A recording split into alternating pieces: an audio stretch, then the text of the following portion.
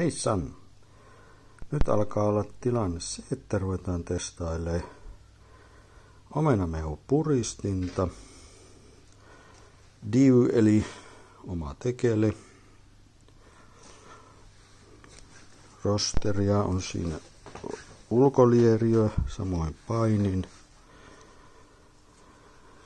Hydraulisylinteri siellä ja minikoneikko. Tässä on omenamurskain, vanha lehtipuhallin saanut uusiokäytön, kolmileikkuinen terä. Tämä on nyt ensimmäinen testi, että minkälaista mössöä se tekee. Juuri kerättyjä omenoita puualta, mutta pestyjä.